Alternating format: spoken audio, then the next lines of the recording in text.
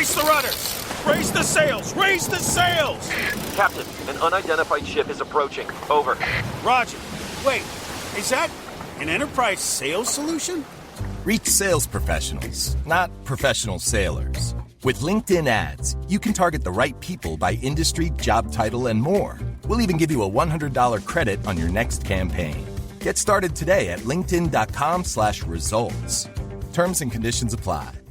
Hey, Prime members, are you tired of ads interfering with your favorite podcasts? Good news. With Amazon Music, you have access to the largest catalog of ad-free top podcasts included with your Prime membership. To start listening, download the Amazon Music app for free or go to amazon.com/ad-free podcasts. That's amazon.com/ad-free podcasts to catch up on the latest episodes without the ads.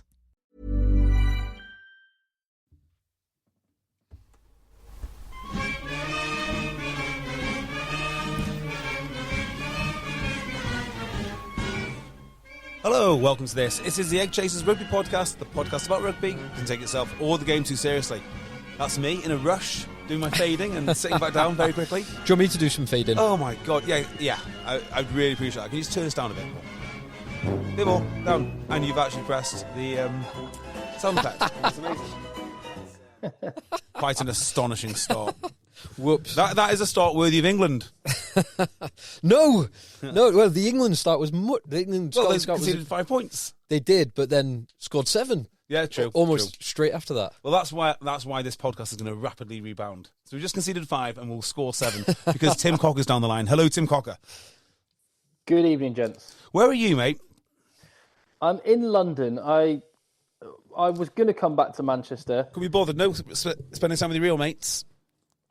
Yeah, no, it's just Kate has meetings in London, so she happened to have a place booked in London. I just couldn't be bothered coming home, so the kids went back with the grandparents on the train, and I stayed. Oh, amazing! Oh, that is amazing. Yeah. Well, anything to avoid Sunday trains from London to Manchester is a good thing. Yeah, although 100%. JB was on a Sunday train from London to Manchester and did some celebrity spotting. I saw someone amazing, absolutely amazing. But before we talk about that, hello, Phil.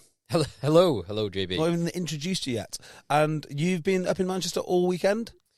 Yes, I have. Excellent.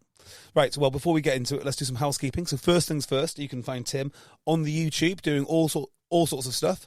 You can drop us an email at contacteggchasers@gmail.com. You can find me on LinkedIn or indeed at Beardmore & Co, Independent Financial Advisors. And let's get into this. So first things first. Tim, who did I see on the train? This is a truly remarkable spot. Phil knows who it is because I had to take a picture of him, send it to Phil to recognise. Okay, a quick yes or no question then. Yeah. Is it an ex-rugby player? Yes. Is it an ex-Sale Sharks rugby player? No. Is it an ex-international rugby player? Yes. Ex-England international rugby player? Ex-Wales? No. From the British Isles or Ireland? No. From New Zealand? Yes. Are they currently employed on television? No. But they are on television a lot. So hold on. Think about it, Tim. I'm Manchester. Are they still playing? Yeah, no. London to Manchester, mid-season for the Southern Hemisphere, or start of season for the Southern Hemisphere. Who might it be? Mid-season for the Southern Hemisphere, London to Manchester. Yeah, so he's travelling from London to Manchester, and it's mid-season. It's the start of the season for the Southern Hemisphere, isn't it? It is second game week in Super Rugby. Andrew Mertens. No. So he's not employed in media, but he is employed in rugby. Oh my goodness, he's employed in rugby. Is he part of the administration of the sport? No. Is he a journalist? No. A coach? Yes. Okay, New Zealand, Todd Blackadder. No. Very close. Getting there. He'll know Todd Blackadder very well, I suspect. He will. Scott Robertson. Correct. Scott Robertson was on my coach, right? So I walked past him and I looked at him and was like, I recognise him. And obviously he must get that recognised look quite a lot. He said hello. And do you know when someone says hello to you in that awkward way, you know they're famous. So I'm like, who the hell is that guy?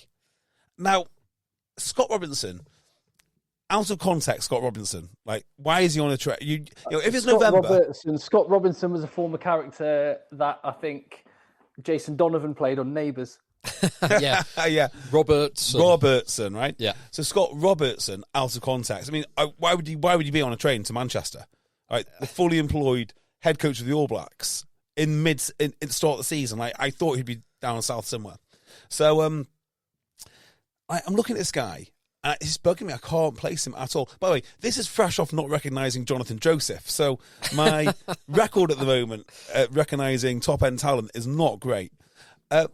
But he does look like a German international footballer.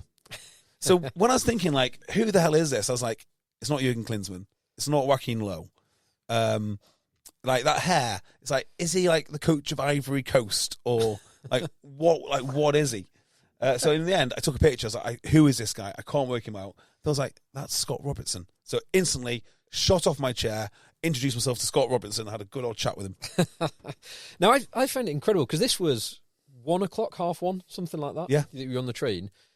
Now, he must have been, if he was in London yesterday, he must have been watching England versus Scotland. But there is no point for him watching England versus Scotland at this moment in time. No. Especially not when... So 2 reasons he should be elsewhere. One, it is the second round of Super Rugby. Yeah. So he should be looking at his own players playing. Or he should have been in Rome. Why Rome? Because France, Italy... France, the summer tour, France travelled to New Zealand. Yes. But he could not have possibly got to Rome for kickoff if he's on a train from London to Manchester. Weird you say that, because unprompted he mentioned the French defence. Well, he will have... And that's exactly why he's talking about the French defence. That makes a lot of sense, right? So guess what he was doing in Manchester? That easiest one. Sail Sharks? Watching Man City. So really? He was with the CEO of, I think, the All Blacks. There's a delegation of them. They're going up to watch Man City, so I assume they want to work out how to spend loads of money and lose games quickly. But there again, why not go to United? Well, United are incredibly efficient at losing money and losing games. Yeah, I mean, if you really want to know how the pros do it, you'd just go across the city, wouldn't you? And also, possibly, this might be, it could be a little bit of a jolly for him, but also this week, the confirmation of the November test fixtures has been announced, and New Zealand have the UK and Ireland Grand Slam. Oh, do they? Including Ireland confirmed in Chicago on the 1st of November. Oh, how awful for us. Yes. Oh, such a pain to get to. I'd have gone to Dublin, it'd saved me time. But now we've got to go all the way to Chicago. What a shame. And it's been 10 years since we last went to Chicago. Yeah, they've still not forgot us. It's very fitting. Yep. Yeah, it is, isn't it? We're going to have to come up with some new updated verses of the Chicago department store. That's easy enough. Our listeners can do that. So, where shall we start with the actual rugby? Because we've spoke about none. Now, Tim, were you at the England-Scotland game? Yes, I was. Were you? Were you pressed there, or what were you doing? Well, I was doing stuff for EggChasers Rugby on YouTube, but I might well have been in the media gantry. Ah, good. And what was the experience like in the media in the media gantry? Well, anytime you get to rub shoulders with Charlie Morgan, it's it's great, isn't it? He's writing a very interesting piece at the moment, and I won't tell you what it is because he told me, I think in confidence, but that'll be out next week. He writes lots of interesting pieces. Oh, friend of the pod. Talking of the Telegraph, did you see that we made the Telegraph? only through you. Did you see that, Tim? I didn't see it, but I heard about it. So I'm not beyond the paywall, JB. Neither. I don't know how I am. I saw something linked. As good as Charlie Morgan is, I haven't yet parted with any money. Well, just call him and he tells you what he writes. So I think it's Ben Coles. So what was it? Plague on Your House, Ben Coles. He wrote an article called basically Rugby Podcast Wars. And it listed all the new podcasts, all the grassroots podcasts, and how they're all fighting for space. And our our little podcast, I say little, most downloaded rugby podcast of all time, only got 2 mentions. We're in this little table with only 4.5 stars according to Ben Coles. I'm not entirely happy about that. And then at the end, just a little cursory note, a little cursory thing saying, and don't forget about the long-running EggChasers, as if that's the only thing that we offer the sport. However, the comments did us proud. I mean, there were 1 or 2 saying we were quite annoying, specifically me. But the rest of it blew him out of the water. Blew him out of the water. Absolute juggernaut. If you hadn't read the article and just read the comments, based on screenshots that people have sent me, you would think that. Well, no, not you would think. You would learn that we are the main event when it comes to rugby podcasting in the UK. You wouldn't know it from reading the article. No, you wouldn't. Yeah, but you'd know it from the comments. Well, so thank you to all of our listeners who showed up in the comments. Yeah, absolutely right. The connoisseur's choice. Quite right. Definitely. So let's go with England. And I add JB, a load of the ones listed. Yeah, they've got episodes out now, but they'll be doing nothing in 3 weeks' time. Yeah, it's over for them. Done. End of. Taking summer breaks. Pathetic, actually. Let's talk about England, Scotland, shall we? Yes. So Tim, because one thing we often get a bit of a perspective from, but from a bit of a distance, is the negativity surrounding England. And a couple of weeks ago, that negativity was washed away with the last-minute Elliot Daly try to beat France. This week, despite winning, there does seem to be a bit of negativity floating around. How was the vibe on that front in the media room during and after the game? Oh, in the media room, it was very much along those lines. And I do think, actually, amongst the fans, which I went out and did the video with and went and chatted to people, they were appreciative of the win. They were appreciative of a really good defensive effort in the second half. And just being on the right side, being there for a game where they're on the right side, whilst acknowledging the failings, acknowledging the areas that need to improve. They were overall glass half full. The media room, very much glass half empty. And I do think this is a symptom, and I don't know if this is other countries. In fact, please let us know. Contact eggchasers@gmail.com. I don't know what it's like. England are my country, so I feel this more prominently. But England fans, in a lot of cases, are only happy when they're unhappy. And it's like, I'd almost think you can't have it both ways. Back in the autumn, it was just need to find a way to win these tight games. And when you win the tight game, yeah, but we need to play well, not just win. Which is it? There is definitely some truth that there is no pleasing some people. Some people prefer things going wrong so they can just have a bloody good moan. I've got to say, I'm more interested in United. Now, if I don't moan about them, I'm quite enjoying...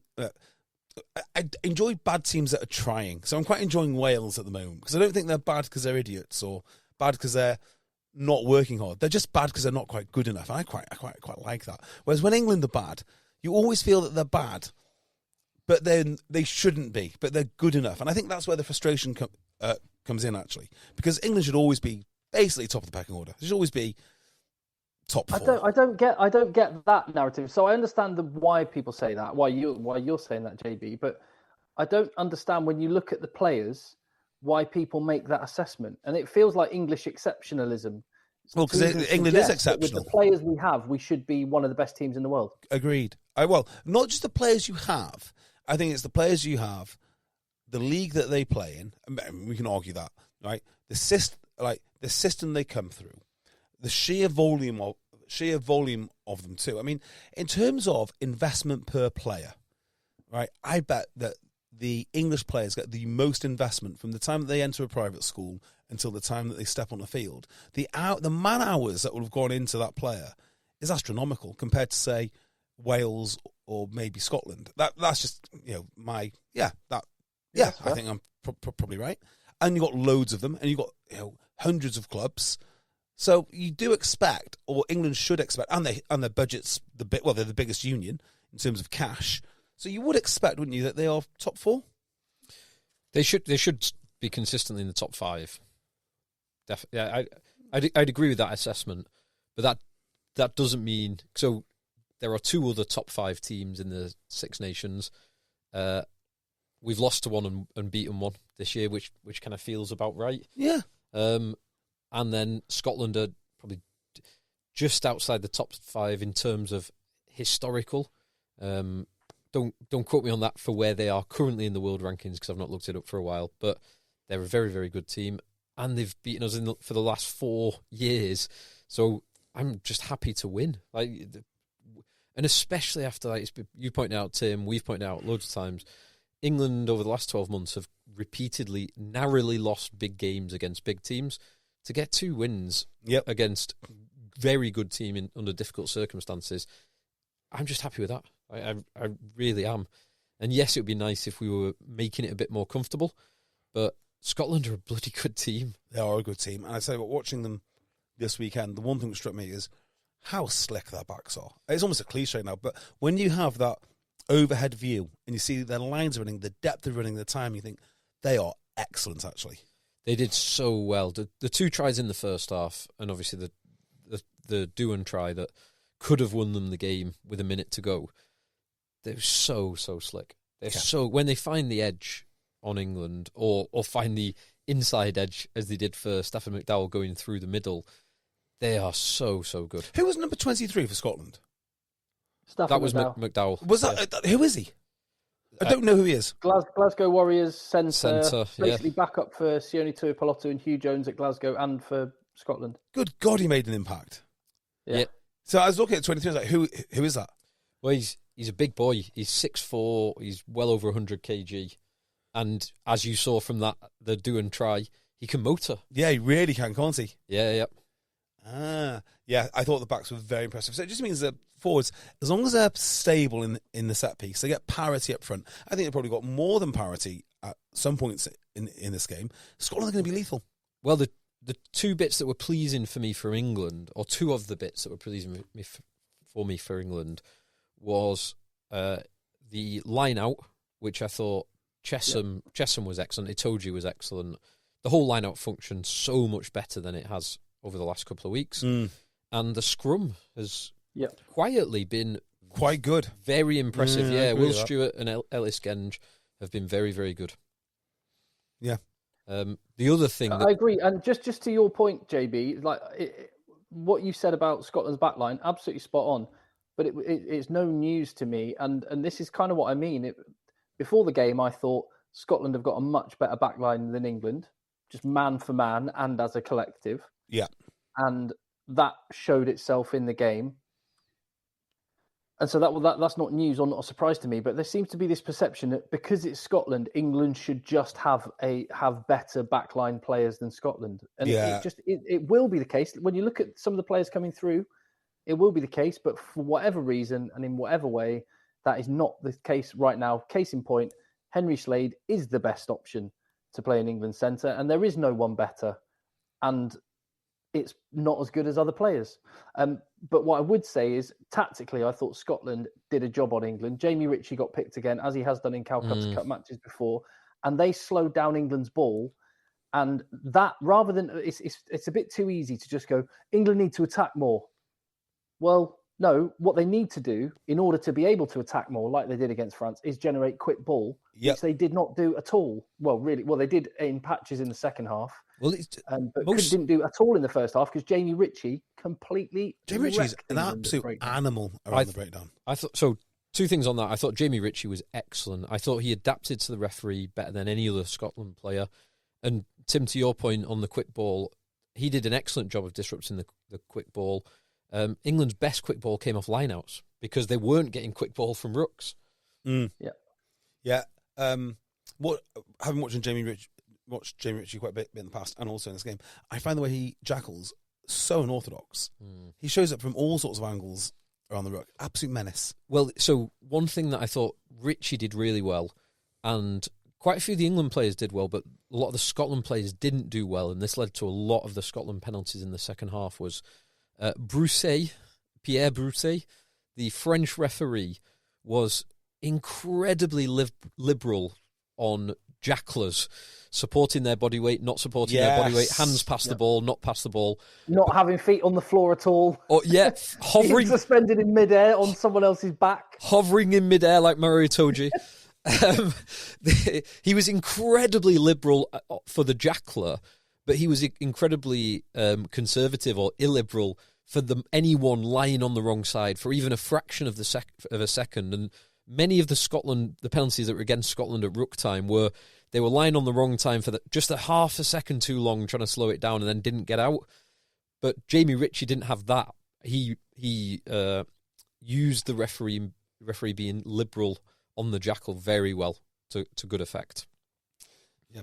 So, just change subject a bit. I was watching this game, and a giant man walked past me. Giant man. I thought I recognise him. Right? You've been doing some proper celeb spotting. Yeah, it wasn't anyone famous, but it was. Have you heard of Nick King? No. Filed second row. Okay. Absolutely monstrous man. I spent a good about 25% of the match talking to this bloke who used to play for Filed about Northwest Rugby, ignoring the game. I thought, this is so much more fun than international rugby. So much more fun. And you'd know a lot of the same people as well. Yeah. Tremendous crossover. So shout out to Nick King. Kingy. I walked past a very large man at Twickenham. There's quite a lot of them about. But first time I've ever been that close to Andy Farrell. He's a big old fella. He's huge, isn't he? He's a massive man. I saw him in Llandudno, right? Peak Wigan Warriors. I don't know how old he must have been, like 20, in his 20s. I honestly, like, when you live in a small seaside town, pre-steroids too, right? Seaside towns post-steroids, they're everywhere. But pre-steroids, I'd never seen a man built like it. I genuinely had never seen a man built that way. What was he, 6'4"? Yeah. He's 6'4", absolutely probably huge. And in rugby Depth league, of him as well. I used to watch a lot of rugby league in that era, with a great team with Robinson and Edwards and Farrell and Gary Connolly and Radlinski and all the rest of them. Dennis Betts, all of those boys. So I went to Central Park a few times and saw Wigan at the Willows a few times. Oh, the Willows is great. Willows, one of the greatest stadium of all time. best sporting grounds that has ever existed and ever will exist. But he was just enormous in that team of like legends and giants. He just stood out. He was an incredible player. So is he still massive now, Tim? He's a very large man. How was his demeanour? Actually, why? Oh, because he's Lions coach, isn't he? Yeah, I was like, why is he? Couldn't quite work that one out. Right. Well, just on this then, whilst we're on Andy Farrell, who do you think would have piqued his interest? I think Phil's already mentioned Will Stewart. Yeah, I think so. He could have played himself into second berth behind if he's fit, Ty Furlong. Yeah, because if Furlong's fit, he plays. But he's had some niggling injuries recently. Missed quite a lot of rugby. I think he's starting to lose a step. He's gone from the absolute number one dominant prop, and yeah, you're right. He's missed quite a few games. It's just missing games. Yeah, but I have no doubt if he gets back fit, sustained fitness, he'll be number one. The other one I would say is, I was thinking it watching this game, I can't see how Blair Kinghorn doesn't start for the Lions. Yeah, I was thinking about Blair Kinghorn, and it's so often the case, isn't it, that when you have an undroppable player, it turns out they're not undroppable at all, and you should have dropped them ages ago because the replacement is just as good. Like, all you need is the opportunity. So, rightly or wrongly, Scotland stuck with Hogg for ages. He was a phenomenal player. Yeah, and he was phenomenal. Phenomenal player. But I wonder if they'd have let him go a little bit earlier and gave Kinghorn a little bit more time, whether they'd have appreciated him a bit more. Because all he needed is that opportunity. He's just a great player. I think he's so good. And for a Lions tour, he's particularly useful because he can play multiple different positions. Mm-hmm. Can play in the wing, can play 10 in midweek. Means you don't need to carry a third 10 potentially. But he's just in the form of his life. But wouldn't you be in the form of your life if you spent all day in Toulouse? Probably. I really believe that being around winners must make you, in some way, a winner. Look at Ang Kapwatsa. Exactly. Some of the stuff that he does. And he was doing some of that stuff when he was 18, 19 and burst onto the scene. But it caused harm. Yeah. He's a phenomenal player. The two Argentine boys, like when Malia they play and Choco Barras. Yeah, Was Malia playing 10? Was it Malia playing 10 against your beloved Bayonne, Tim? Yes. So Malia. Oh, just very briefly. Sorry, you've just mentioned top 14. I have to mention this, lads. Yes, please. We'll get straight back to important action. Couple of things. Racing 92 won their first top 14 game in 3 months. Yes. Wow. Away to La Rochelle. Really? Away to La Rochelle. And Van won again. And you don't realise what an unbelievable story it would be if Van survive in the top 14. Their budget is probably half of the next highest. They were looking for a tighter prop last year in the championship. Well, they got. It is remarkable. They beat Montpellier 37-24, and Stade Francais are bottom. Wow. They lost away to Toulon, didn't they? With Baptiste Soran doing Baptiste Soran things. Oh, goodness me! But Bayonne didn't do too well against Toulouse, I understand. No, got pumped. So this, I stand by what I said last week or 2 weeks ago, which is this is the best time of year to play Toulouse. But there is no good time to play Toulouse. It just doesn't matter. And by the way, Racing with England's greatest playmaker in their team, Sam James, the forgotten man. If you're worried about the England midfield, well, you should be worried because you let Sam James go. Sam James and Dan Lancaster on the bench. Yeah, on the bench? absolutely. So I'm guessing Farrell's still not right. Nope. Or jumping back to the Lions, right, and fly half. Just briefly, are the British and Irish Lions in a bit of a mess in the fly half position when you compare the current crop, all unproven, untested, versus what we've had in the past, where you've had generational legends of the game on every tour: Owen Farrell, Johnny Sexton, Dan Bigger, to name a few. Yes and no. So I think the names that you mentioned, they're generational, but I think they all stayed around a little bit too long. They didn't win since Australia, so it was a draw against New Zealand by the skin of their teeth and a loss against South Africa. So I don't really care is the answer. I think that a lot of the big reputations are kind of bigged up. I mentioned before that Scotland might have stayed with Stuart Hogg too long because they think he's a generational player and they couldn't drop him. Just turns out there's another generational player behind him. I think exactly the same as Sexton, probably exactly the same with Farrell. The pressure cooker of British and Irish Lions, I think an experienced 10, when you look at World Cup winning teams, an experienced 10 tends to come to the fore. And who would your 3 10s be right now? If you were Andy Farrell, go, right, you've got to pick, the flight's about to leave, we need your 3 names for fly half, go. Prendergast, Farrell, Prendergast, Russell, and Marcus. I'm not sure I'd take Prendergast. Right. We'll get on to him in a second. Russell's definitely on the plane. I'd be tempted by the Smith brothers, Finn and Marcus. Yeah, I probably would do that. I think I would go. I genuinely. I might actually only take 2 because I might take Blair Kinghorn as, but then you could take Marcus and Blair Kinghorn as like utility. I'd say who I would be tempted to take as a utility. Don't say Anscombe. If he was fit, not Anscombe. Furbank, if he was fit, he's been playing such good rugby the last couple of years. Here's 2 more. I was thinking for the same reason, because of the problem I sort of highlighted is that I'm not 100% convinced by the 3 out-and-out 10s. Jack Crowley, I'd probably take him over Sam Prendergast still because he has the utility option. He does, yeah. And jumping back to England, Scotland, Tom Jordan's a little bit of a sleeper. I was going to mention Tom Jordan. Yeah, very handy player. Well, I just wanted to talk about experience, though, right? Now, bearing in mind I said absolutely no to him playing international, but Anscombe? I mean, if he's playing 10 for Wales and they finish really strong, I mean, there's no other Welsh option. He is experienced. He is quite good.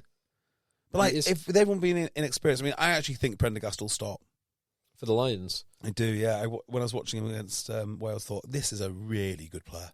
So Prendergast, for me, does some things so well. Some of his kicking and his distribution, his passing is magnificent. Spiral bombs. I love a spiral bomb. Spiral bombs as well. Some of his stuff, like he's kind of a defence optional type player. Oh, have you seen him, though? Oh, I mean, like, yeah. I mean, he's not going to be selling many tight Lions T-shirts, is he? Well, you've seen Johnny Sexton and Finn Russell. Both of those boys hit hard. Well, do they hit hard? I mean, yeah, they do. hit, They do. They do. I think Prendergast is. I think he is going to turn out to be the best of this generation of fly halves. I don't know. I actually think maybe Finn Smith might be the best of this And by the way, generation. if you want to talk about defence, he can defend, and he's tiny. Who did he smash? He leathered someone. Was it Tom Jordan? He might have been Tom Jordan. He absolutely leathered someone. Yeah, he's a tough little thing. Yeah, he is. But yeah, I'd say Prendergast. In fact, yeah, I think when they get into camp and they have a look at everyone, it seems like it's a rite of passage almost that it should be Russell. But I think Prendergast will be. No, actually, Russell's amazing. Right, one of the talking points for England-Scotland before we move off it, there are a number of aggrieved Scots men and women at some of the refereeing decisions, namely the Freeman try, no try. I'm agreed they should be aggrieved with that. Now, I think the camera angle that we saw, and we didn't see all the available angles because it was never looked at by the TMO, camera angle we saw was inconclusive. But what the camera angle did show us was that the referee was 2 yards away. Yeah, and was moving his head and gave it a try instantly. Yeah. So I am very happy that it didn't go to TMO because the ref's right there. I completely agree with you. So if the referee calls it because he's there, I've seen it. There is no further controversy for me. Yes, exactly. The ref is in a perfect position. He's 2 yards away. He can move all around rather than being in a fixed camera that's 30 yards away. I think it's crazy to say that the referee was wrong when he's so close. Yeah, agreed. Even if he is wrong, I just prefer the referee making the decision. Yes. So I'm absolutely fine with it. Yeah. So there's that one. There was the Itoji incident. Which... Sorry, but just to say something on that, I do understand why the fans are aggrieved though, because when you watch the replays, if he had referred it upstairs, it's not a try. Well, but he didn't. So I think it is because he'd given the try.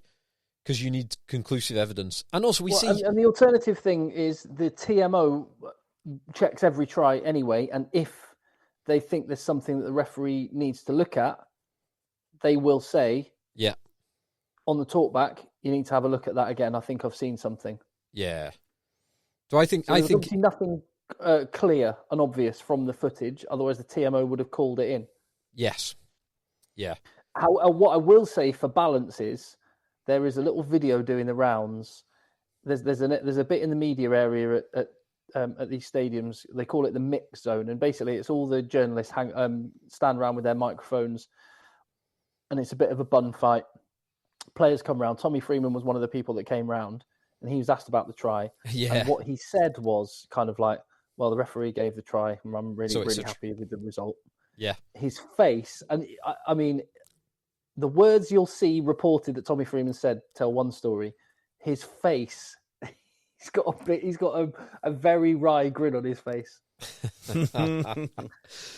Would you be in favour of Tommy Freeman after scoring the try saying to the ref, "Sir, I know you gave it, but it wasn't a try"? Would that make him an absolute folk hero in rugby or a pariah?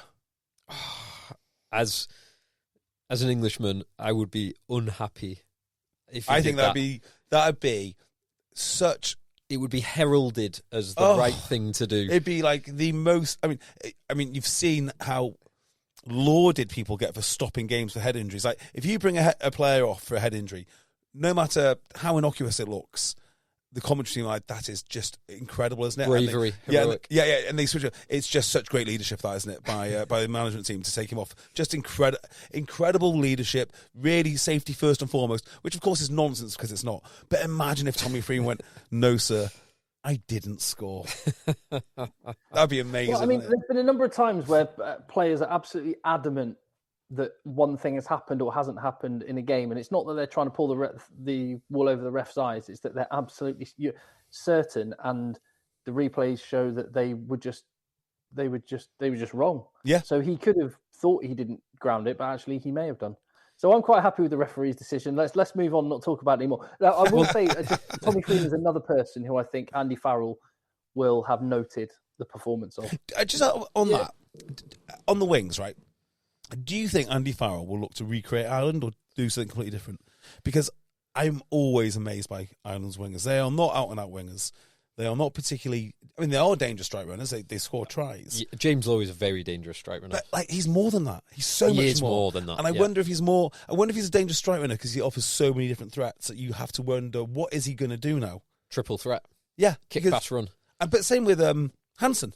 Hansen is an unorthodox winger. Isn't he? Yeah. So I don't know if these England types really fit the Andy Farrell mould. I don't know who else does. I think James Lowe will definitely tour. I think I can see Freeman touring.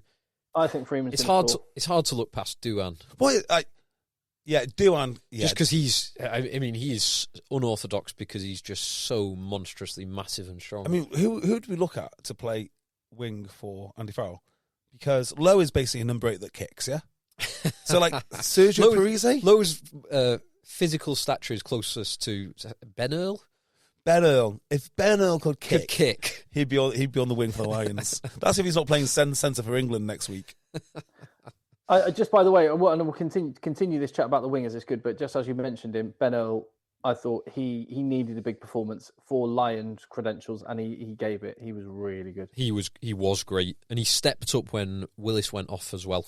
And the both Curry boys for the period that they were on the pitch were awesome. Yeah, my prediction on Ben Earl is he won't make the squad, but if he does make the squad, he'll start the tests.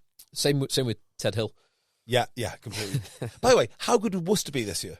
Oh, Lawrence, Hill, Douan, Rory Sutherland benching 205. Yeah, Hill. Did you mention Hill? I did mention Hill. Finn Smith. Finn Smith is the one. What was the one very good family? Oh, the Kitchener boys. Lads. Andrew Kitchener. No lack of leadership from the Kitcheners, that's for sure.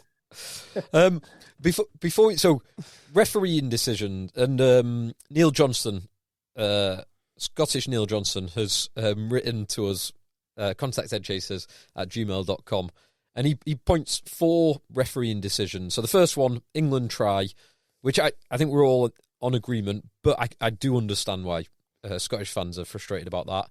Second one, the Itoje incident, the Itoje steal, which I must admire all of the Scottish fans for bringing this up, because Itoje was illegally lifted beyond the horizontal, not brought to ground safely, dropped onto his head. That should have been a clear red card. So for all of the Scottish fans who showing pictures of that on Twitter, well done, I commend you. Yeah. That's the kind of thing that Razzie Erasmus would never do. And it's the kind of thing that... I forgot his name now, the winger who scored. Douan? No, England winger. Freeman. Tommy Freeman would potentially do in the future. So there was that issue with Itoje. There was... so he points out there was a Darge. Darge was penalised for clear out on halfway when Finn Smith slotted 3 points. Now that was a clear penalty. That was picking up... it's similar to the Itoje incident, actually. He picks up Ben Curry and then just dropped him from like mid-chest. Which... Be allowed to say for you. He just let him go. Yeah, fine. Just fine. Body slam. So not sure about any of these so far. And then the TMO came in for the high tackle by Rowe. That was on Chesham after Scotland had already been rewarded. So it was too late. But it was a high tackle. But I thought that was dealt with well, actually, by the referee. So a lot of this detail you're filling me in with now, because I didn't watch it with sound on. Okay. So, the Chesham, the Rowe head contact on Chesham, it was just given as a penalty in the end, which was the right call. There was head contact. Rowe was, if anything, trying to get out of the way. He was too upright, but he was backing off, so there was no force in it, and correct decision to be penalty only. But I think it would have been harsh for that to end up as a penalty for Scotland, because there was clear head contact. So I'm not sure on any of these. I'm afraid. So, before we move on to the next game, some Regional 2 Thames South news, by the way. So, Oh, actually, wait. There is one more thing please. where Scotland fans can be aggrieved, and this is unfair. The final try, the referee forced Finn Russell to take the kick from at least 2 metres further out than where Douan scored. Now, Douan could have gone closer to the sticks, but he didn't. He made Finn Russell have difficult kicks for both of his tries, and the second one, what would have been the game-winning try, Finn Russell lined the kick up where it should have been taken and then was pushed out further 2 metres towards the touchline by the referee. I think Scotland fans should be aggrieved about that one. And he pulled it to the left by about 2 metres. By about 2 metres, yeah. I will say he should have got the Ben White conversion. But Yes. Just one thing, again, these things never happen in a vacuum. Finn Russell, could, should, would have kicked those. Douan could have gone a little bit closer. Sorry, Could have put him in the right spot. All of these things are true. However, I think there is something which I saw against France that I also saw against Scotland. The England scramble was really good defensively, and you saw that with. It was a bit like the pass to Dupont from Penaud that hit Dupont on the shoulder, and he didn't catch it. The pass was harder because Finn Smith was desperately chasing back to get in the passing lane. It was the same with another one of the French mess-ups. Oh, that's right. Slightholm was chasing back, so BLBRA did the loopy pass to Malvaca rather than just a normal flat pass, and Malvaca didn't catch it. And it was the same with these. Scotland were pushed into wider positions than they could have otherwise been in, because I have to say, England's scramble and desperation in defence, even if the accuracy of some of the other things they did wasn't there and needs to be better, that I think speaks to a team that have just got a lot of heart. We pointed it out, the Lawrence failing to track across when it was 100%. a one-on-one with James Lowe and Alex Mitchell, and this time, so Douan several times, particularly in that first half, had one-on-ones with Alex Mitchell, and Tom Curry tracked across once, finished the tackle. Marcus Smith did, Ollie Lawrence did, Henry Slade did. So it was something that has clearly been noted, that the failure to scramble, and it, as well, the Australia game in the autumn was lost because of a failure to scramble out wide. So yeah, definitely noted, Tim. That was improved. But just to finish on the England thing, that Australia game that you just mentioned, England were the better team that day and lost. New Zealand, England were the better team in one, possibly even the better team in both of those tests, and lost. And they've never been far off. So just to return to where we started, England fans, wind your neck in a little bit and allow yourself to just enjoy a win, whilst also acknowledging there's progression that needs to happen. I completely agree with that. One last question from me. So Douan, who only got one try, I credited him with two a few seconds ago. One of those was Ben White and one was Hugh Jones. But so Douan got man of the match. Ben Kay gave Douan man of the match. And I hate seeing a losing player collect man of the match and be awkwardly interviewed afterwards about the game. However, well, my question is, who would you two have selected? Tim, who would you have selected as your man of the match? I thought the best player on the pitch was Jamie Ritchie. He was very good. If I had to pick an Englishman, I would probably have gone with Ben Earl. I think I'm not going to look far past the steel nerves of young Finn Smith. Smith is not a bad shout. Ben Earl is not a bad shout. So I actually would have gone for Chesham. Yeah, that's a good shout. So England's line-out was 100%, having gone from the worst in the tournament in the run-up to this. And I thought for someone who has had a few months out of the game, I thought he was brilliant. He played for 79 minutes before being taken off for Ted Hill with only seconds left. And he was the one who got back to make the tackle on Stafford McDowell, which would have been a Stafford McDowell try were it not for Ollie Chesham. And I thought he was brilliant throughout the game. Was he underrated? Also, you're right on that tackle. He was in the 79th minute, and he's been out for a while, like you say. Was he also the one that was? Did he get up and then chase? Oh no, it was someone else that was chasing Douan into the corner. That was Slade, I think. But you're right, yeah, or Freeman. But yeah, you're right. He did make that tackle. Yeah, good shout that as well. Yeah, I thought he had a great game. But I wouldn't have been. Unless someone scores a hat trick or something, I find it really hard to give the losing team man of the match. I don't think it should happen in very many circumstances. I thought Ben Kay as well could have picked an England forward. Anyway, well, you could have, and actually, yeah, just on that, England's forwards won that game for them.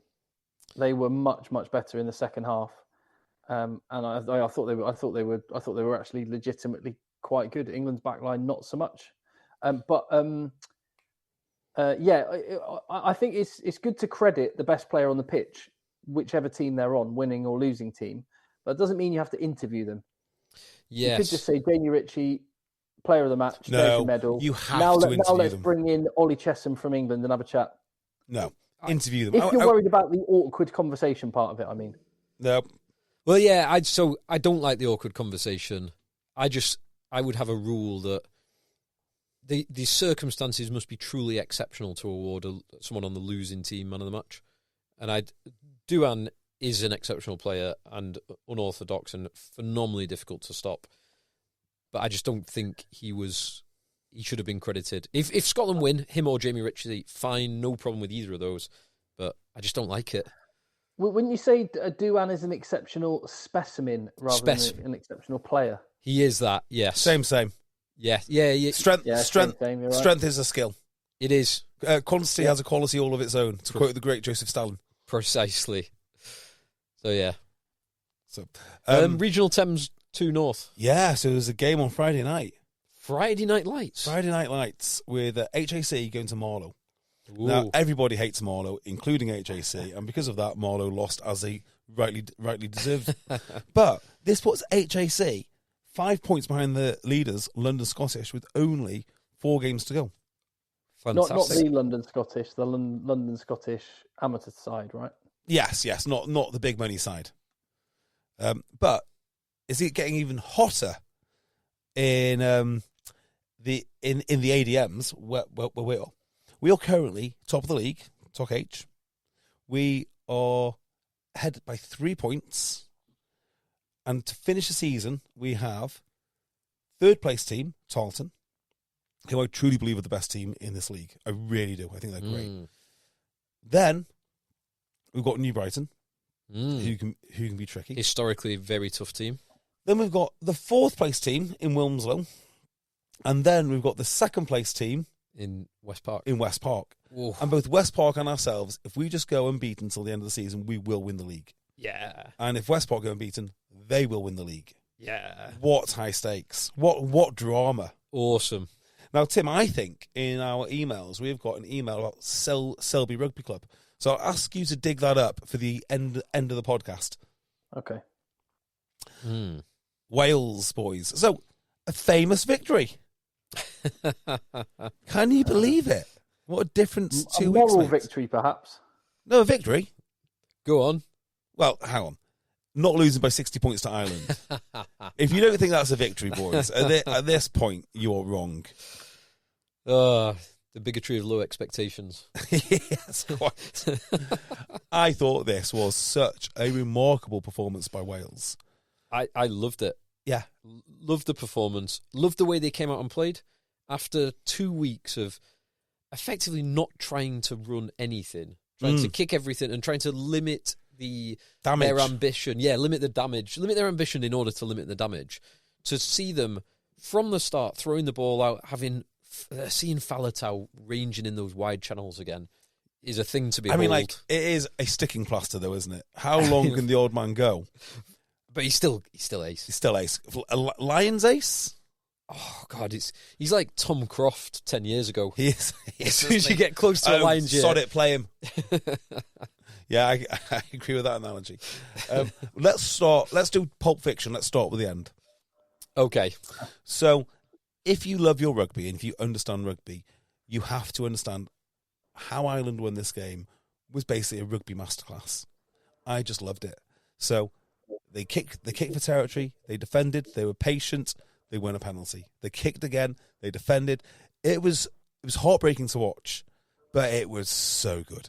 And like, if you're looking for offloads, if you're looking, I mean, look, things I like is scrum dominance, forward dominance, gain line, all that. But actually, the organisation and the know-how and just the coolness that Ireland just executed, 9 points with no drama, was amazing. And Ireland did not have the scrum dominance that they're used to. They were getting beat up at times by that Welsh scrum. Well, particularly when the GOAT, Nicky Smith, was on the field. the all-time greatest player. So let's just talk about Wales a second, as a country more broadly.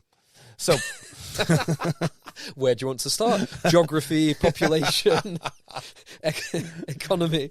Now, fans of this podcast will note that I have been talking about a certain prop for a long, long time.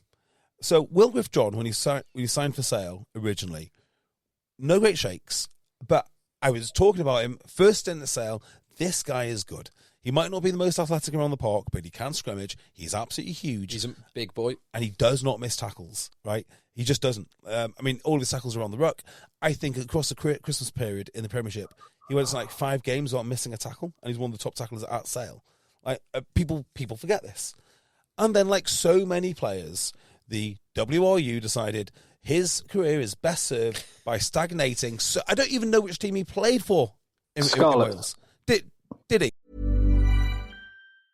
Hey, Prime members, are you tired of ads interfering with your favorite podcasts? Good news. With Amazon Music, you have access to the largest catalog of ad-free top podcasts included with your Prime membership. To start listening, download the Amazon Music app for free or go to amazon.com/ad-free podcasts. That's amazon.com/ad-free podcasts to catch up on the latest episodes without the ads. Ryan Reynolds here from Mint Mobile. I don't know if you knew this, but anyone can get the same premium wireless for $15 a month plan that I've been enjoying. It's not just for celebrities. So do like I did and have one of your assistant's assistants switch you to Mint Mobile today. I'm told it's super easy to do at mintmobile.com/switch. Upfront payment of $45 for 3-month plan, equivalent to $15 per month required. Intro rate first 3 months only, then full price plan options available. Taxes and fees extra. See full terms at mintmobile.com. What was the point? So now he's come back to Sale, and all of a sudden they rope him back into the national team, and hey presto, you start winning scrums against Ireland. I mean, granted, Tom Clarkson is a bit inexperienced in the Ireland front row, but nevertheless, like, how many times do Wales need to be taught this savage lesson that their regions are not good enough because they don't have good enough players? They're just not good enough. Even with some of the good players, they're just not good enough as organisations. And I think they've cost so many careers of so many players. It is quite clear that Will Griff-John is a very, very good player who basically wasted his time going back to Wales. He had a bit of Racing, didn't establish himself there. As soon as he's back in Sale, he was doing well at Sale. He was doing well, he was starting, and then some genius, some low IQ genius in the RFU, pandering to whatever pressure it is, said, yeah, we'll just write some laws to either prevent him playing international rugby or we'll take him back to the regions. It happened to Tompkins. Tompkins did not have a good time at Dragons. It's happened to almost every player that goes back, it happens to. They just disappear into a sea of mediocrity. Thomas Williams, not exactly lighting it up for Cardiff, comes to Gloucester, one of the best players in the Premiership. Well, talked about as maybe second choice for the Lions. You know, Johan Lloyd was meant to be one of the great hopes for Welsh rugby playing in Bristol. Goes over to Scarlets, had an embarrassing time at Welsh 10, to be fair. But the list goes on and on and on, and you wonder, like, why won't this stop? Here's a stat for you for Will Griff-John, though, just to highlight how much of a surprise his performance was, and should be, and regarded as. That was only his second time starting a rugby match in 2 years. Wow.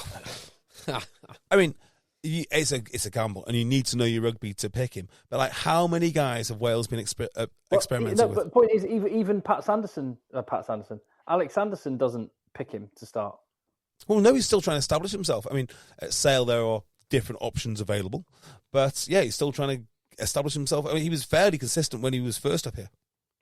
Well, so the Wales pack was heavier than the Ireland pack, and they out-scrimmaged them for much of the game. Nicky Smith's an interesting character. I like Nicky. Like, I didn't know much about him until he came to Leicester. Well, Leicester Tigers clearly signed him off the back of an experience they had playing against him for Ospreys. I don't know if you remember this game. The Leicester pack got murdered. I worked on this game. Oh, I did the you? Man of the Match interview with Jack Morgan. Oh, did you? Okay. Yeah. They got murdered, didn't they, Tim? Yeah. They got absolutely murdered. And I'm sure it was that exact game when the powers that be at Tigers went, that guy, get me his number. We want that guy. Yeah. Sure. So it doesn't surprise me one bit. The Wales performance was mighty heroic. Lots of young lads or players that haven't been picked for a long, long time just going out and playing hard. I love that back three. I like that whole back line, actually. Williams and Anscombe. I thought Thomas had a good game. Max Llewellyn, quite quiet, but he's there to kind of draw players in. And when he gets an opportunity, he's great. The back three, I thought, all three of them were excellent. This young lad, May, is quite interesting. Yeah. Ellis, Elliot? Is it? Ellis. Yeah, Ellis, I can't say I've seen him play for Scarlets. That would be a lie. Have you seen him play for Nottingham? Which is where he's come from. There is definitely more. Was a year ago. There's definitely more chance of me watching him for Nottingham than there is for Scarlets, right? So, quite the story. Now, whether he'll be good enough to continue playing for Wales, I don't know. My guess is, I think he is very quick off the mark. He has innate rugby ability, as no two ways about it. Is he top end fast? I don't think. Maybe he is. I've definitely not seen enough of him. I mean, he's very rangy, so he's the kind of physique who would be top end fast. fast. He seems a bit Liam Williams-esque, don't you think? Yeah, I can definitely see that. He looks like he needs to put an extra kind of 5 or 10 kg on him. 15, or maybe for his height as well, because he's a tall boy. Yeah. So it was. Is it a dead cat? Is it a dead cat bounce? Is kind of my. Possibly. We'll never know how much of it was Ireland underestimating them. Yep. How much of it was a good Wales performance, but kind of dragging a good Wales performance because they've been freed of the Gatland chains. I would just say, so Irish fans are brilliant value. They're so good. Some great crack, some might say. Some sections of the Irish media are awful, and the guys are off the ball posing the question before this Wales game. I think the question we have to ask is: could Ireland beat this Welsh team with 13 men? That was a topic of conversation in the build-up to this game. Hubris, arrogance. When did Ireland become this nation? Like, I want to talk more broadly about Wales as a nation, but as we're here, let's talk about Ireland. Like, when did it become just like a jolly Guinness drinking country into a woke nonsense, an offshore woke nonsense, like with an annoying media that don't know when to shut up? Because that's effectively what it is. Their rugby media is the most sanctimonious, annoying bunch of idiots you'll ever come across. They just don't stop. They're insatiable. Well, they have been winning quite a lot as well for their sporting media. No comment because I don't read any of their other media, but from sporting media, they've been doing quite a lot of winning, except in World Cup quarterfinals. I will say this: the rugby they're producing is fantastic. It's the only thing other than Guinness worthy of export. Apart from this week. No, they did. You were completely right. The masterclass of closing out a game when you're playing badly. But if you on the stats, so they had less territory, less possession. They carried for, Wales carried for 50% more meters with ball in hand. Their kicking was worse. Their scrummaging was worse. Their line out was worse. They gave away basically the same number of penalties. Their tackle completion was worse. Every stat comes up in Wales's favour, and yet they found a way to win, and they won by 9 points. Yeah. They won in the end quite comfortably.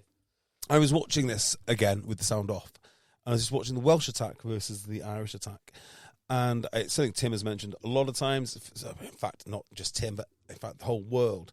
Jameson Gibson Park makes that ruck ball so much faster than everyone else. Yeah. Like, it just is night and day. And he's playing against Thomas Williams, and who is a fast scrum half in terms of the distribution of the ball.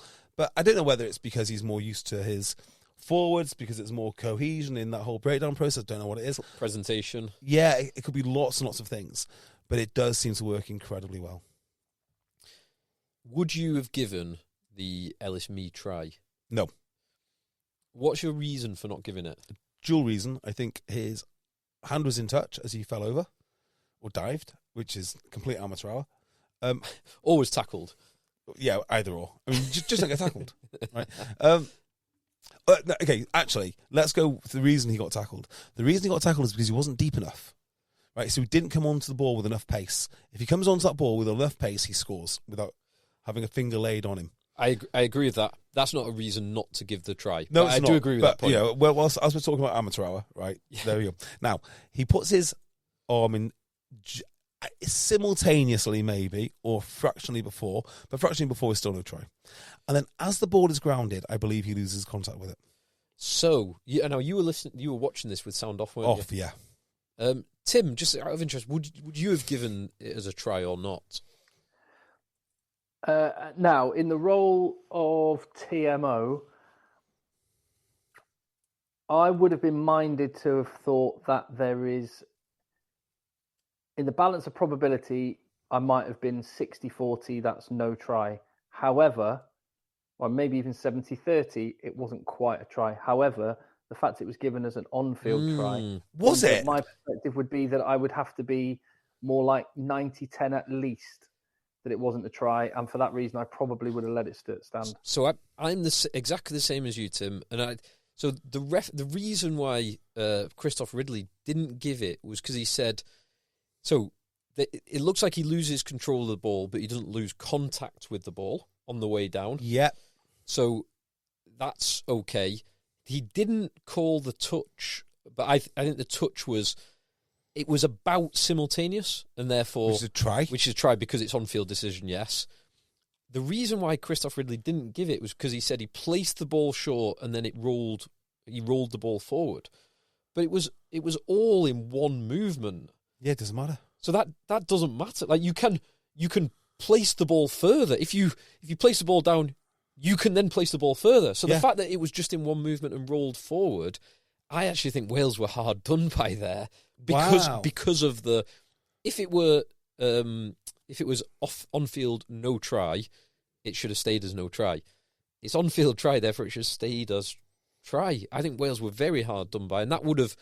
It's a very difficult kick from the corner, but that would have made it 25-24 to Wales if they slot that conversion. Yeah. I did not know that. That's really upsetting. What could have been. Yeah. A famous victory. Well, yeah, it was a famous victory. Famous moral victory. Yeah. What else is there to say? Right. So, sound off. The very last penalty of the game was a mystery to me. So, Tadge, however you say his name, Byrne, reaches over the ruck with one hand, picks up the ball, waves it around, puts it down, penalty island. I'm like, how? They said he was in a fine position to take it. So he takes it, no penalty. He puts it down, no penalty. What's the penalty? Yeah. Now, I later found out there is a penalty. Someone else comes in through the side. And that's what the penalty's for. It's not... Oh, it was the man who sealed the ball off to... Yeah, it's nothing to do with Byrne. Yeah. I was like, that's not a penalty. Because no one's holding on to it. Like, so you can't... Like, what... If anything, it's a penalty against Ireland. Because you can't pick the ball up. Even if you put it back, it's a penalty. Yeah, if you picked it up from an illegal position... And then you put it back nicely. Sorry, ref, not my fault. No, penalty. Yes. No, that does make sense. Whoever sealed the ball off in from the side. But because he waved it round first, he's waving it round at the ref like, is this a penalty? Yeah. Am I okay? Yeah, I'll put it back. And if he says no, don't put it back, right? Because it's already a penalty, isn't it?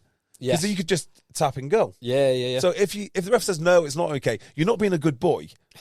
You're just being silly. You've already been a naughty boy. Just kick it into the stands. And then we had the Ringrose 20-minute red card.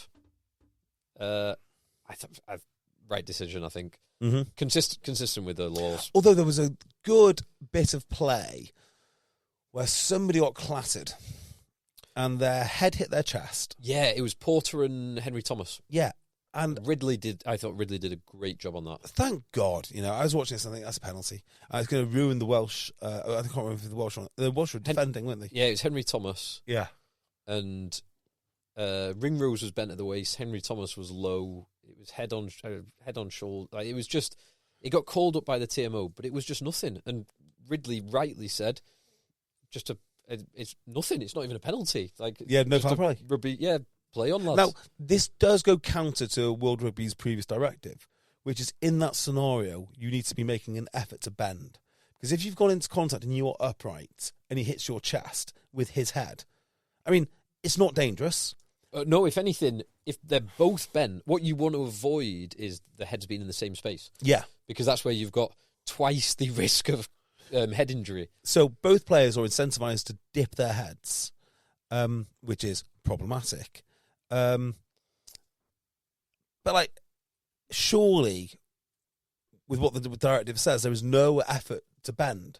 So I agree it shouldn't be. I like it not being a penalty. Yeah. I'm not sure if that's exactly the right application of the law. If I apply it as written, I think you're probably right. But I think there is recognition that like all the good referees, and Christoph Ridley is one of those. But they understand what a rugby incident looks like, even if it's not consistently written down. So here's an interesting thing. Have you listened to? There's a recent Econ talk, friend of the pod, Russ Roberts. Yep. On VAR, we need to talk sorry, have I told you my story about Russ Roberts? When you're going to host a interview with it, or you're trying to host an or a live event, right? So. Econ Talk is a phenomenal podcast, and it's Stanford professor who is currently, is he still in Israel? Yes, right. He is. He's now in Israel. He's an economist by trade. Chicago School of Economics. Yeah, so very free market. Yeah. And he wanted to start up a discussion group in the UK. So I thought, I'd love this podcast. I'd love to be involved with that discussion group. So we got on a Zoom call, myself, Russ Roberts, and a few other people. And the first person, right, that came on to the Zoom call said, Russ, you're my second favourite podcast, or the second podcast that I listened to after I listened to EggChasers. Oh, yes. Yeah.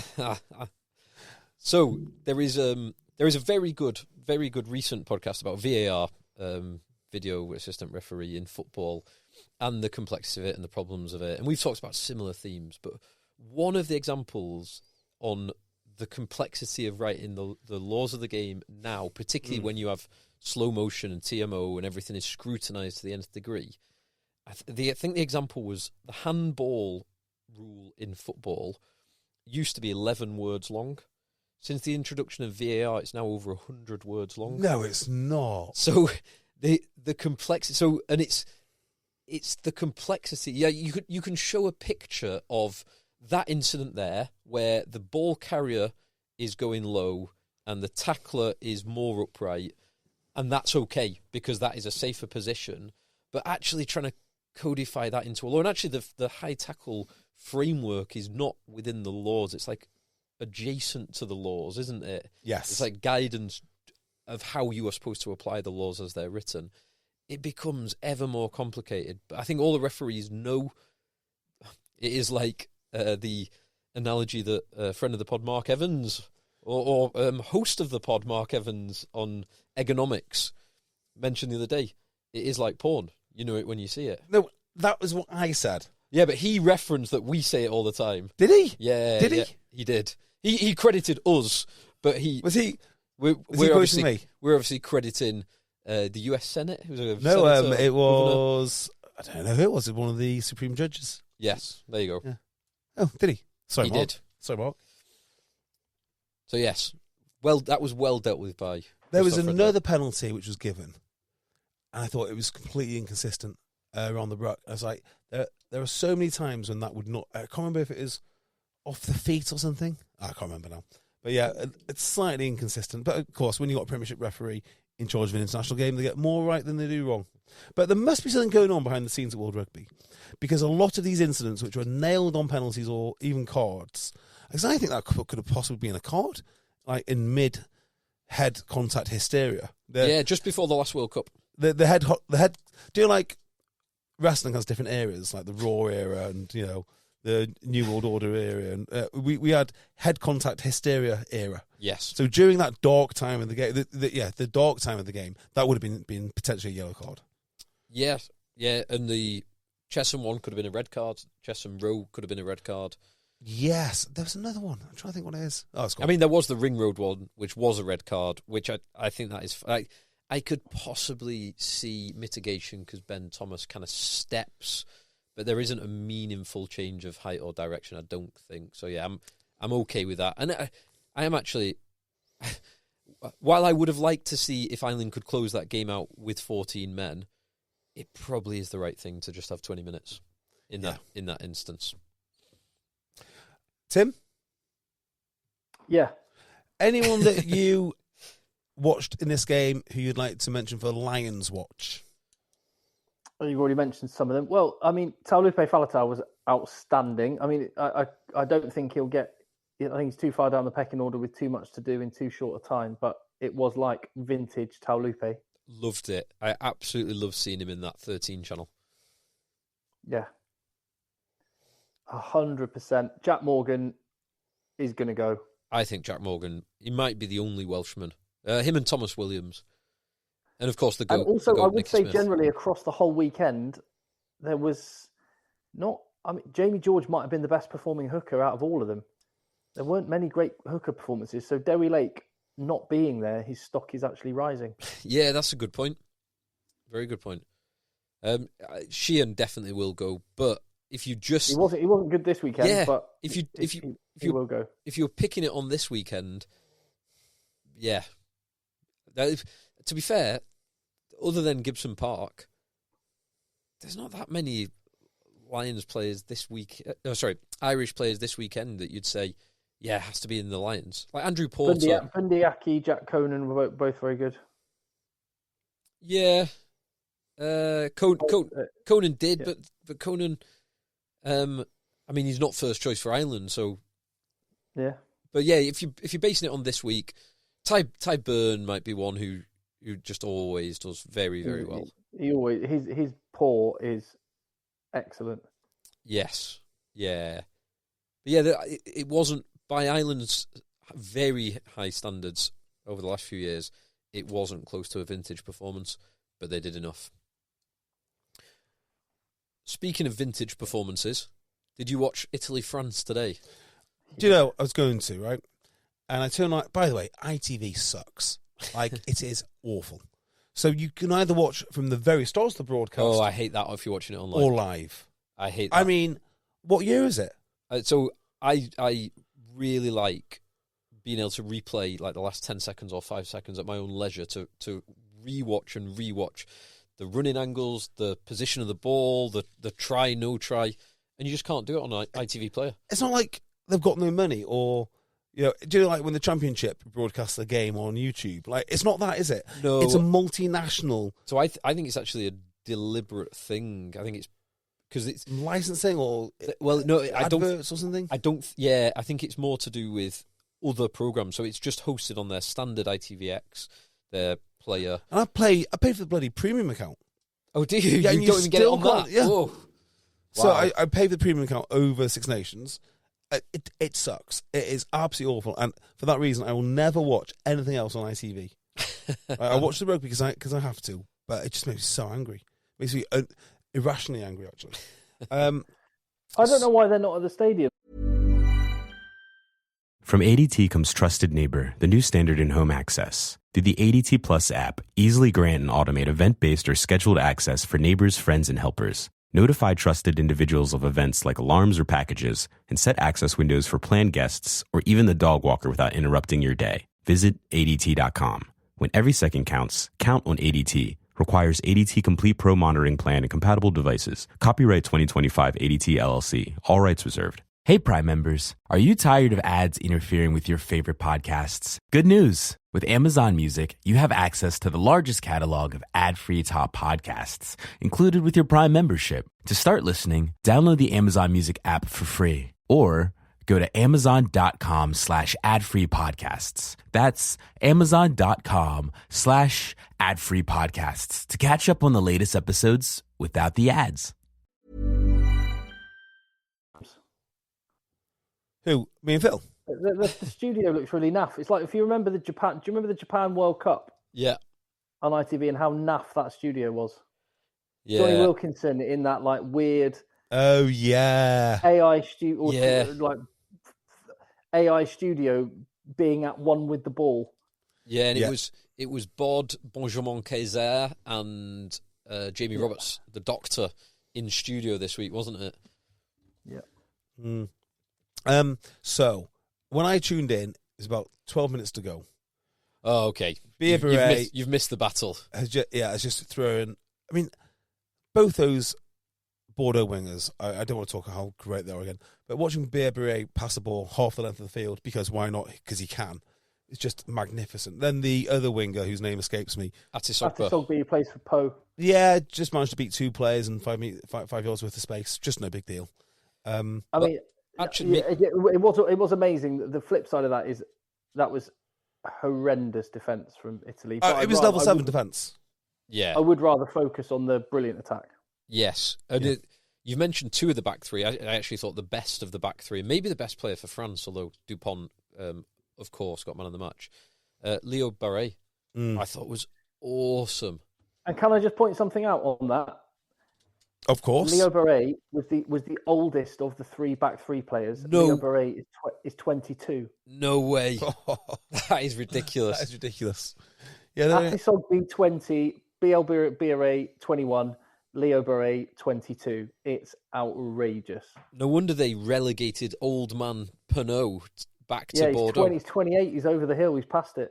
I mean, do you have any inside track? I know you're hot on your French rugby, Tim. Any inside track as to the precise reason why he was unceremoniously dropped and available for Bordeaux in a game that is 40 minutes in as we record? Yeah, he was. It was a punishment for a poor performance against England. Why would you punish a guy like that? Well, it's a message to him, and I think it sent a message to the whole squad. None of you have any divine right to be here. You have to earn it every day. And Penaud is, and I think he wasn't good against England, but he remains World 15 I'm sorry, level. That's such winger. an empty message, right? Because if you mean it, you drop Dupont. Because Dupont dropped the ball, right? That's who you drop. It makes no... why? Dupont dropped the ball, but that wasn't a lack of effort. I think Penaud... No one drops the ball through lack of effort. So Penaud against England showed arguably a lack of effort. Arguably, in yes. tracking back. Yeah. But, if he scores 2 tries, he's a hero again. I don't like it as a decision at all. No, not for someone that good. I mean, he'll win you so many games. If you have a bad game, it's one thing. Lack of effort, lack of effort is poor, though. Like Ollie Lawrence, lack of effort, a few weeks back, I'd never drop him for that because I just don't think he's a lack of effort player. It was a lack of awareness that from Ollie Lawrence, rather than a lack of effort. These sort of negative tactics do work. I love them. Maybe more in the club game than anything else when you've got a talented players just not really matching his peak.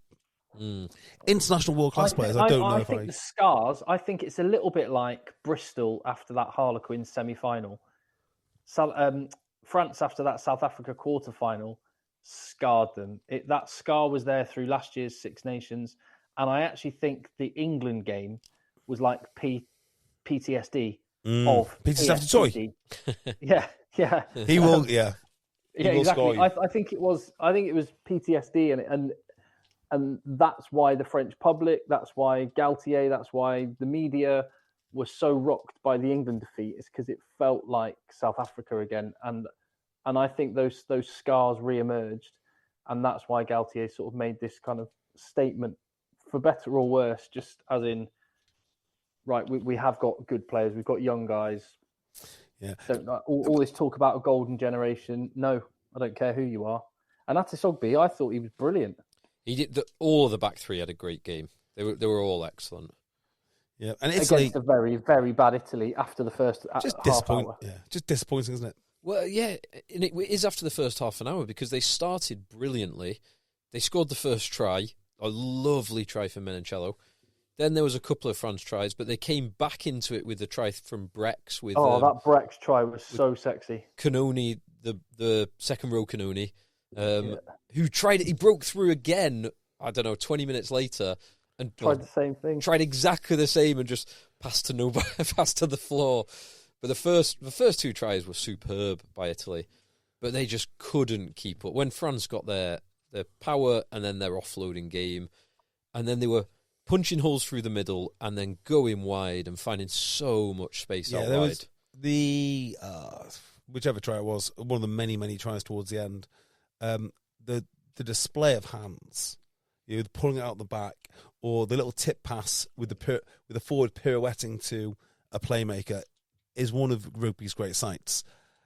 Listening to Comzo, about 8 minutes to go, they were clearly bored. Like, it was so it's so done as a contest. He had all sorts of chat about sliding on their knees like 10-year-olds. I quite enjoyed that. I thought it was dull. I thought, like, just it's dull, isn't it? Like, that to me is on par. With pundits who don't dress smartly for the game. So it's the height of your... as a pundit, right, this is the height of your career. Maybe you'll do the World Cup, but on a yearly basis, it doesn't get any bigger than Six Nations. You should make an effort. You shouldn't look borderline homeless or like you're going to the pub. You should actually make the effort and look smart. It drives me nuts. It doesn't. I'm totally with you, JB. And when you look at the Super Bowl, all the NFL lot, when you think about what the... American football, the Super Bowl is being beamed into the homes of working class America. Yes. And they're still suited and booted. And so I know it might sound twee and it might sound old fashioned, but I actually totally agree. And even it doesn't have to be much effort. Like, look at Alan Wynne-Jones in a lovely pea coat. Yes. Lovely nice pea coat with a lovely little button pin that he had on his chest and a pair of actual shoes. Imagine you're going on a job interview or something like that. Dress like that. Like, dress like it's really important. Because you made a really good point there, Tim. It goes to the homes of people that would love to be there. And the impression that you give is you don't give a shit. Yeah. And it looks so bad. Well, that is a great point, that loads of people will only get to go to one game this year. And to spend hundreds of pounds on tickets, train, hotel, whatever else, to go to one game. Hundreds, thousands, millions of people won't get to go to any games this year. Yeah. Because it's either financially or beyond them, or it's just too much hard work. But they would love to be there, and these guys are there and not making the effort. Yeah, I hate it. They're so complacent, and it's so complacent.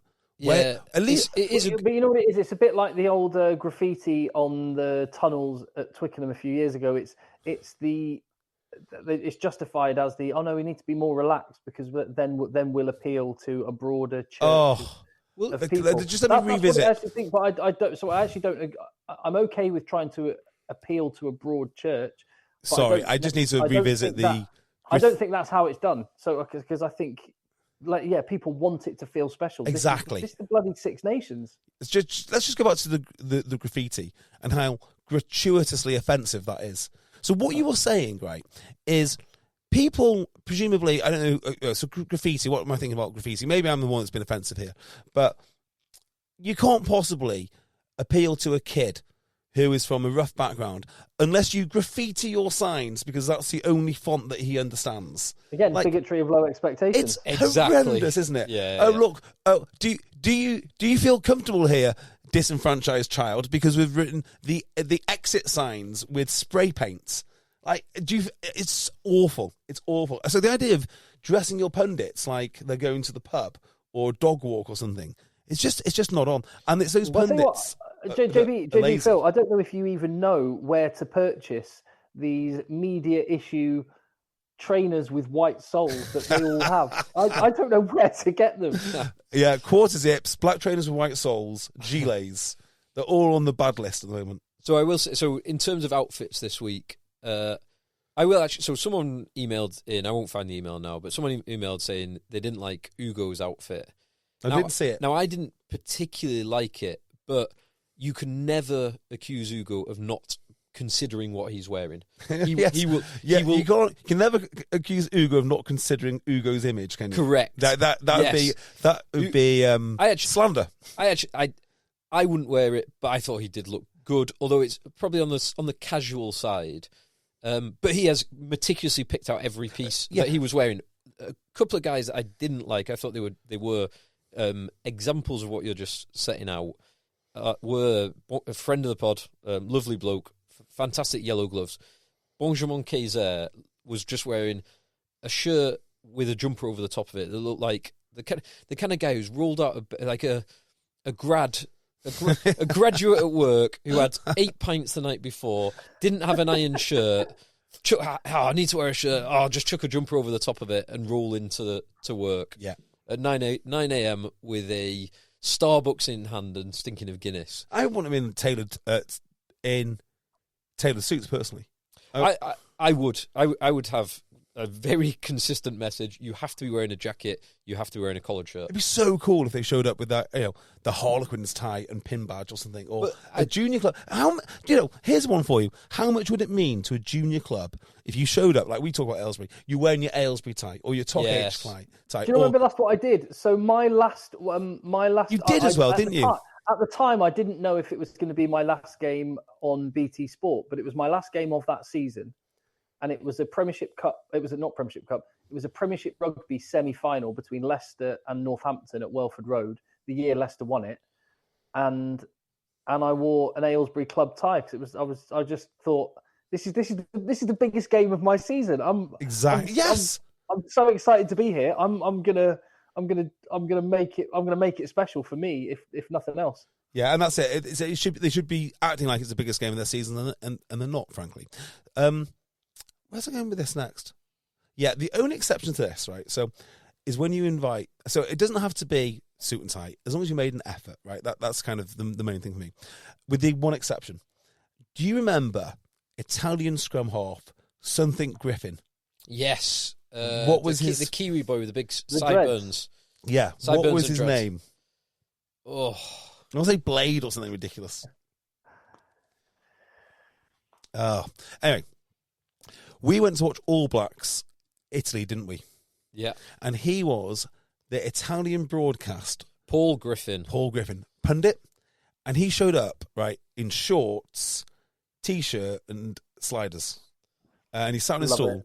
And he actually looked like someone dragged him off a beach. Now, if you're going to go scruffy and you go to that level of scruffy, I'm down with it. Like, that becomes a character then. That is a character. If you're just dressing like a middle-aged dad, I'm not having it. Or a grad, I'm not having it. I've just looked him up, a picture of him. I've not thought about him for years. Do you know who he reminds me of?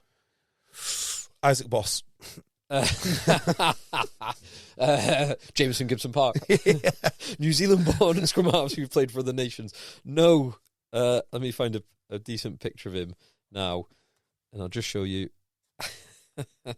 I can't unsee it now. Is it Javier Millet? Javier Millet.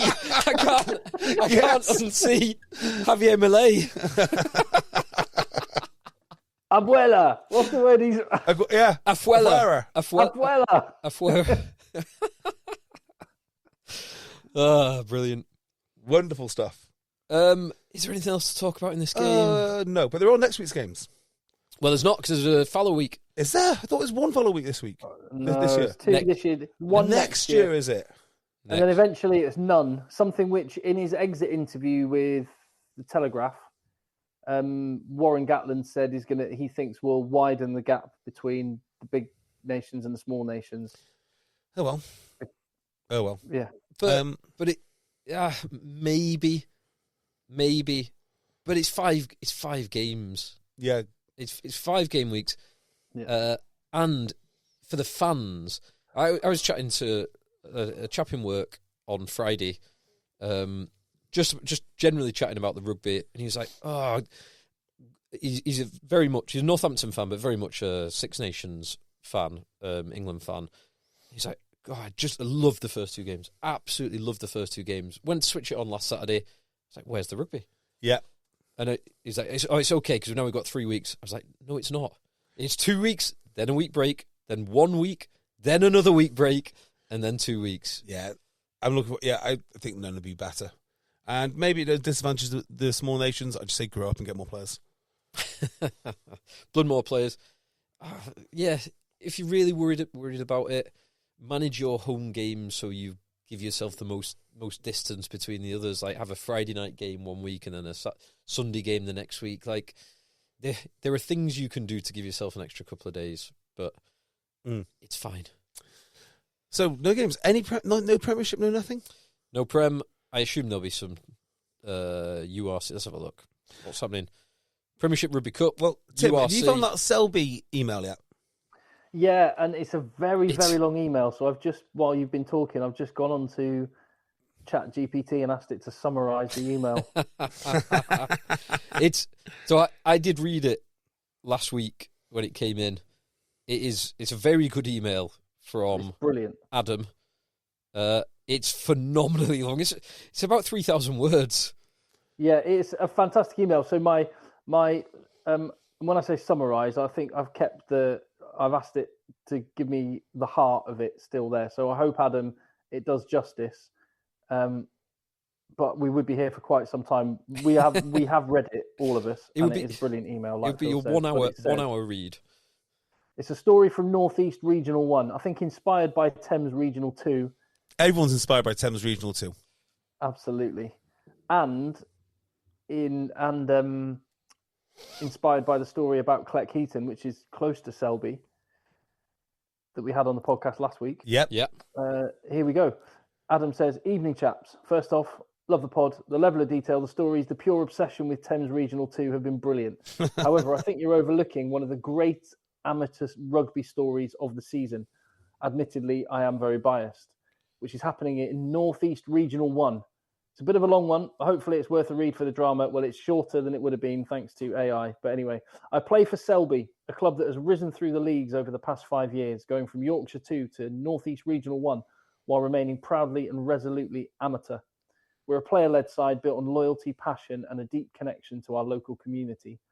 Tragically, a couple of years ago, we lost our captain, Tom, to suicide. He was everything you'd want in a leader. He was tough, dedicated, the heartbeat of a team. His loss shook us all, but his legacy remains as the core of everything we do, driving us to be better, to fight for each other, and never back down. Coming into this season, we knew it was going to be a massive challenge. The step up to North East Regional 1 was huge, and whilst we started with a great win over Blaydon, I mean, they're a good club. Man, that's good. Very good. Some good company there. Reality hit hard. Over the next few months, we endured a 13-game losing streak, physically outmatched, playing against well-drilled, well-funded sides and struggling to find our footing. But rather than fall apart, we stuck together. No one walked away. No one gave up. We kept showing up week in, week out, determined to find a way to survive. December brought a turning point. We played Huddersfield away and lost. But something changed that day. For the first time, we truly believed we belonged at this level. After Christmas, we sat at the bottom of the table, but circled a few fixtures as must-win games. We nearly pulled it off against Driffield, only to lose in the last play. But then, at long last, we got our first win since September, beating Ilkley at home. That was the moment the tide started to turn. Momentum built from there. We went away to relegation rivals Percy Park and won again. The belief was back. Suddenly, we weren't just fighting, we were climbing. And we backed it up with a huge win over Sandal, while Percy Park and Blaydon both lost. From dead last to 10th in just a few weeks. We're not safe yet. There's still a long way to go. But this club and this group of lads refuses to roll over. We're still battling, still defying the odds, and still proving what amateur rugby is all about. Brotherhood, resilience, and pure bloody-mindedness.